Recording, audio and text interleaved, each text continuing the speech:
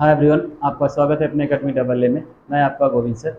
आज हम लोग पढ़ेंगे नॉन वर्बल रीडिंग में अगला लेसन, जिसमें हम लोगों ने पिछले लेसन में देखा था।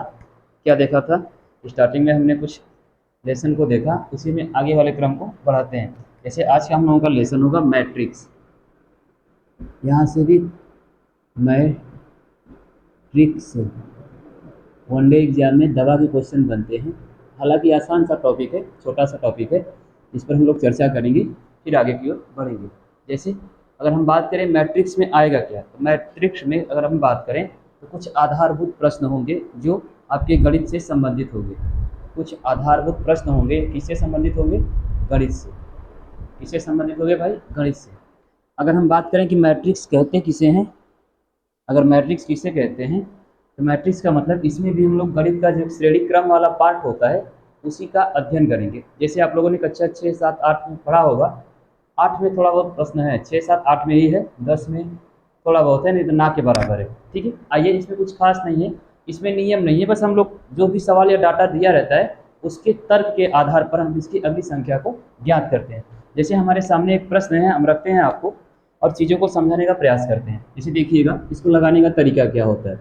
जैसे सबसे सिंपल कक्षा 7 की अगर हम बात करें तो एक प्रश्न दिया था उसमें, अगर आपके पास एनसीईआरटी होगी तो एक बार चेक करिएगा। उसमें दिया था, पहले सवाल दिया था, मतलब बताया था कि करना क्या है। पहले दिया था 13, 14, 15, 16 और 17, ऐसे करके एक कॉलम दिया था। ठीक है, और नीचे कुछ बॉक्स दिए थे और उस बॉक्स में भी नंबर दिए गए थे। उस बॉक्स में भी नंबर क्या दिए गए थे? दिए गए थे। उस बॉक्स में भी नंबर दिए गए थे। जैसे कि देखिएगा, हम बात करते हैं 23, 24 डॉट डॉट 26 डॉट डॉट, ठीक है, या 27। क्लियर? और कह रहे हैं कि निम्न में, प्रश्न कह रहा था यहाँ पर कि निम्न में जो भी आकृति दी गई है, इस आकृति में जो खाली स्थान है या प्रश्नवाचक चिन्ह के स्थान पर, प्रश्नवाचक चिन्ह के स्थान पर कौन सी संख्या होगी? ऑप्शन दिया था, पहला दिया था 24, दूसरा 26, तीसरा 25, चौथा 27। ठीक है, यानी कुछ इस प्रकार के 4 ऑप्शन दिए थे। तो यह है मैट्रिक्स का तरीका। और जैसे क्वेश्चन यहाँ से बनता है, एक तो रख लेते हैं आपके सामने, आसान, कुछ इस टाइप का देगा, एक सर्कल बना देगा और इस सर्कल में कुछ नंबरों को रख देगा। ठीक है, कुछ नंबरों को क्या करेगा? रख देगा। जैसे AEIO, ओके। फिर इसके बाद ए, यहाँ पर क्वेश्चन मार्क, बी के बाद डी। ठीक है, और कह देगा कि यहाँ पर जो प्रश्नवाचक चिन्ह है इसके स्थान पर क्या होगा। जैसे आपके सामने ऑप्शन रख देते हैं हम। जैसे पहला ऑप्शन है कैपिटल सी, दूसरा ऑप्शन है यू, तीसरा ऑप्शन है जेड और चौथा ऑप्शन है एक्स। ठीक है, तो इस प्रश्नवाचक चिन्ह के स्थान पर कौन सी संख्या होगी उसे आपको क्या करना है? बताना है। ठीक है, आइए देखते हैं इसमें हम करेंगे क्या। तो सबसे पहले जो स्टार्टिंग में डाटा दिया रहेगा उसी डाटा के आधार पर हम अगले वाले को सिद्ध करेंगे या बताएंगे कि इसमें क्या होगा। जैसे हमने पहले वाले में देखा, यहाँ पर 13, 14, 15, 16, 17, यानी 13, 14, 15, 16, 17 लगातार एक की क्या हो रही है? +1 की वृद्धि हो रही है। लगातार +1 की क्या हो रही है? वृद्धि हो रही है। तो अगली संख्या क्या हो रही है? आ रही है। उसी प्रकार नीचे वाले में भी अगर हम +1 करें, 23 में एक जोड़ेंगे 24, 24 में एक जोड़ेंगे 25, 25 में एक जोड़ेंगे 26, 26 में एक जोड़ेंगे 27, यानी लास्ट वाला में जो ऑप्शन यहाँ पर जो दिया है इसका आंसर कौन सा होगा? 25। क्यों होगा? क्योंकि ऊपर वाली जो संख्या दी गई है ना, प्रत्येक संख्या में अगर हम एक जोड़ रहे हैं तो अगली संख्या आ रही है। 13 में एक जोड़ने पर 14, 14 में एक जोड़ने पर 15, 15 में एक जोड़ने पर 16 और 16 में एक जोड़ने पर 17। ठीक है, ठीक उसी प्रकार से जो नीचे वाली भी संख्या दी गई है, 23 में एक जोड़ेंगे 24, 24 में एक जोड़ेंगे 25, 25 में एक जोड़ेंगे 26 और 26 में एक जोड़ेंगे 27, वही चीजें आएगी। अर्थात इस प्रश्नवाचक चिन्ह के स्थान पर कौन सा नंबर होगा? तो वह 25 होगा। ठीक है, ये रहा आपके मैट्रिक्स लगाने का तरीका। इसमें जो सवाल होता है ना, वो किसी भी आकृति पर पूछ सकता है। वह आकृति आपका त्रिभुज हो सकता है, त्रिभुज बना के पूछ सकता है, वृत्त बना के पूछ सकता है, वर्ग बना के पूछ सकता है, वर्ग या आयत बना के पूछ सकता है, चतुर्भुज बना के पूछ सकता है, श्रेणी बना के पूछ सकता है, कुछ भी बना के, मतलब कोई भी डाटा दे देगा, कोई भी आकृति दे देगा, उस आकृति में कुछ नंबरिंग कर देगा और उसी नंबरिंग के आधार पर आपको अपनी संख्या को क्या करना होगा, मालूम करना होगा। जैसा कि इसमें हम देखते हैं, यहाँ पर हमारे पास एक वृत्त है। अगर हम ध्यान से देखें तो एक, अगर क्लॉकवाइज चले घड़ी के दिशा में, तो ए के बाद ई के बाद आई के बाद ओ।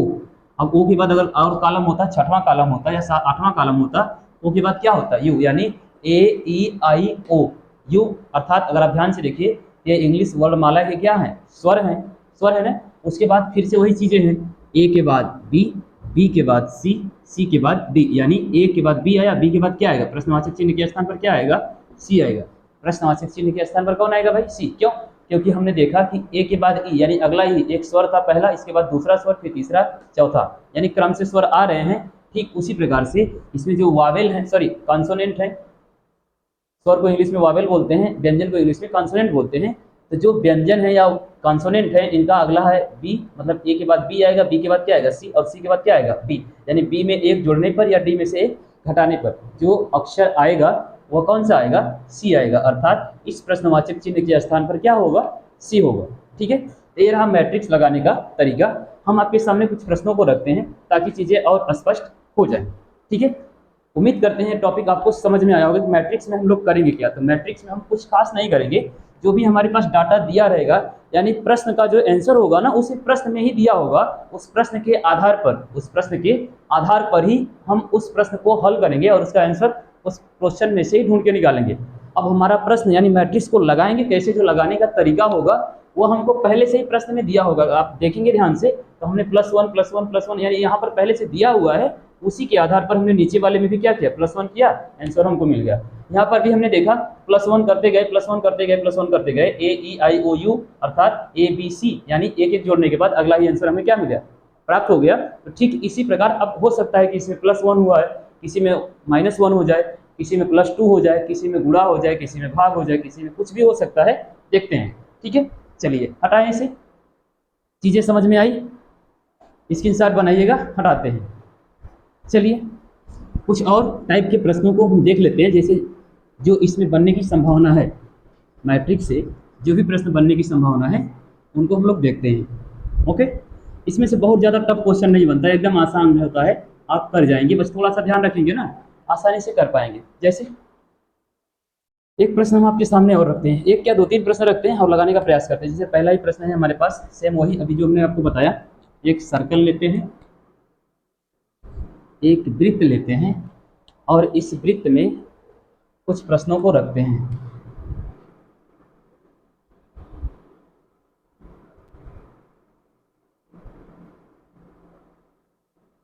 यानी यहाँ पर एक कॉलम है आपके सामने, इसमें कुछ नंबरिंग होगी, जैसा कि हमने पहले से सेट करके रखा है 36 25 36 25 27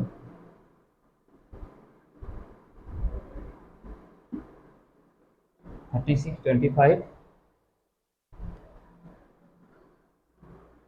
23।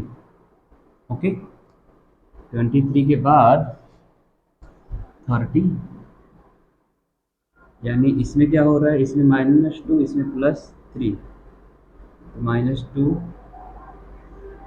+3, यहाँ पर क्वेश्चन मार्क, इसको आपको लगाना है। एक प्रश्न और रखते हैं आपके सामने, ठीक है, देखिएगा, ये हम लोगों का पहला प्रश्न है, इसको भी लगाने का प्रयास किया जाएगा। इसके बाद हम आपके सामने दूसरा रखते हैं, कौन सा, दूसरा, ठीक है। आइए आगे की ओर बढ़ते हैं और कुछ प्रश्नों को करने का प्रयास करते हैं। जैसे एक प्रश्न हमने आपके सामने रखा हुआ है, हम आपके सामने दूसरा प्रश्न रखते हैं, मतलब इसमें देखकर ही इसका आंसर निकालना है। अगला टाइपिक, मतलब अगला पॉइंट या अगला जो हम लोगों का प्रश्न है वो भी कुछ इसी प्रकार का है, जिसमें से आपको देखकर ही क्या करना है, प्रश्नों के आंसर को देना है। ठीक है, यहाँ तक दिख रहा है, यहाँ तक दिख रहा है, सा। ओके, चलिए अब इसमें हम कुछ डाटा रखते हैं और उस डाटा के आधार पर आपको प्रश्नों का क्या करना है, जवाब देना है। देखिएगा 5 4 3 1 23। फिर है अगला डाटा 7 6 3 4 54 54। फिर है आपका 11 2 क्वेश्चन मार्क 9 और 40। ठीक है, प्रश्न है निम्न आकृतियों में से या निम्न आकृतियों में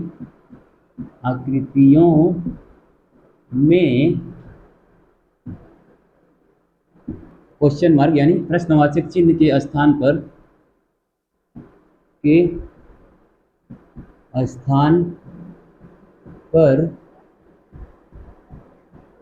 कौन सी संख्या होगी, कौन सी संख्या होगी। प्रश्न है आपके सामने, दो आकृतियां दी गई हैं और इन दोनों आकृतियों में आपको बताना है कि ये जो प्रश्नवाचक चिन्ह है इसके स्थान पर कौन सी संख्या होगी। आप चाहे तो हम आपके सामने कुछ ऑप्शन रख सकते हैं, नहीं लगाइए पहले, ऑप्शन बाद में दिया जाएगा। ठीक है, ओके, चलिए पहले हम इसको लगाने का प्रयास करते हैं। ठीक है, इसको लगाइए या इसको लगाइए। पहले सबसे पहले ध्यान से देखिए, पहली संख्या, दूसरी संख्या, तीसरी संख्या, चौथी संख्या, पहली दोनों में कंपेयर करिए, पहली दूसरी में, पहली तीसरी में। देखिए रिलेशन होगा कहाँ, रिलेशन उन्हीं संख्याओं में होगा, या तो पहली दूसरी में होगा या पहली तीसरी में होगा, या अधिक से अधिक संभावना हो सकती है कि जो संबंध हो पहली और चौथी में। जब पहली और चौथी का संबंध होगा उसी प्रकार दूसरी के भी चौथी से संबंध हो सकता है। तो सबसे पहले हम लोग नज़दीकी को ही देखते हैं कि सबसे नज़दीक में जो संख्या है उन दोनों का आपस में कोई ना कोई संबंध तो नहीं न है। पहले उन दोनों को ही क्या करते हैं, चेक करते हैं।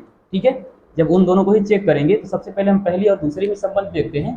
तो हमारी जो पहली संख्या है 25 से, दूसरी संख्या क्या है 27 से। तो पहले हम इन दोनों को चेक करते हैं। भाई अगर 25 में कितना जोड़ेंगे तो 27 आएगा 2। अब 27 में कितना जोड़े तो घटाए तो कितना है 23 आए। तो पहली और दूसरी में तो 2 + 2 का रिलेशन है, दूसरी और तीसरी में -4 का रिलेशन है।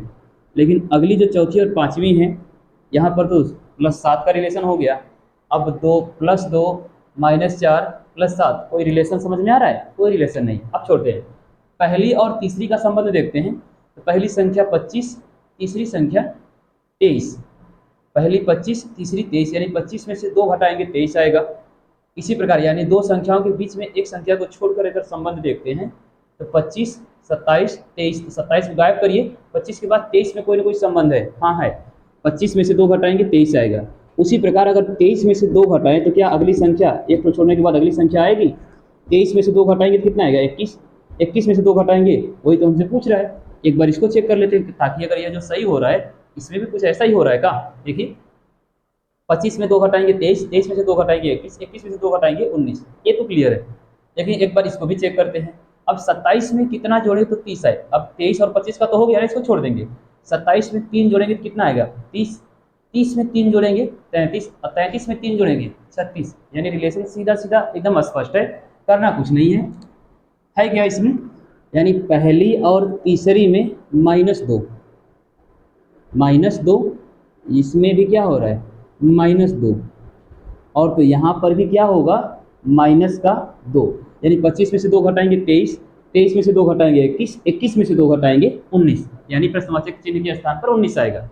और अगली संख्या में 27 से 30 में +3, 27 से 30 में +3, 30 से 33 में भी क्या हो रहा है +3, और 33 से 36 में भी क्या हो रहा है +3। यानी सीधा सीधा घड़ी के दिशा में पहली और तीसरी संख्या में जो संबंध है वह -2 का है। पहली संख्या में से अगर -2 घटाते हैं तो तीसरी संख्या क्या होती है सुस्पष्ट मिल जाती है।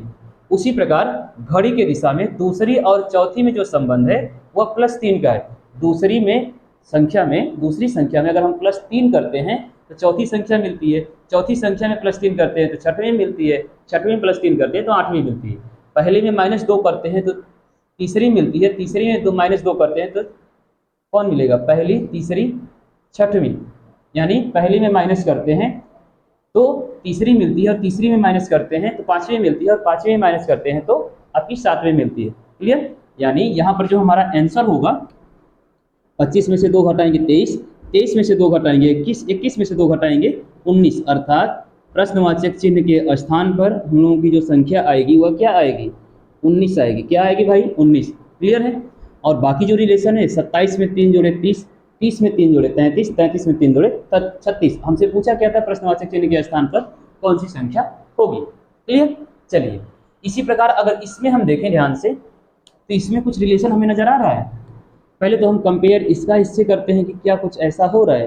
5 एकम 5, 4 3 12, 12 5 17 ही हो रहा है। 5 3 15, 4 एकम 4, 15 4 19, ये भी नहीं हो रहा है। 5 चौको 20, 3 एकम 3, 20 3 23। क्लियर है? यानी संबंध कौन सा है, संबंध हमारा है 5 गुणे 4 प्लस 3 गुणे 1 बराबर 23। यानी इन दोनों का आपस में गुणा, 5 चौका 20, 3 एकम 3, 5 चौका 20, 3 एकम 3 बराबर 23। 20 प्लस 3 कितना हो जाएगा, 23।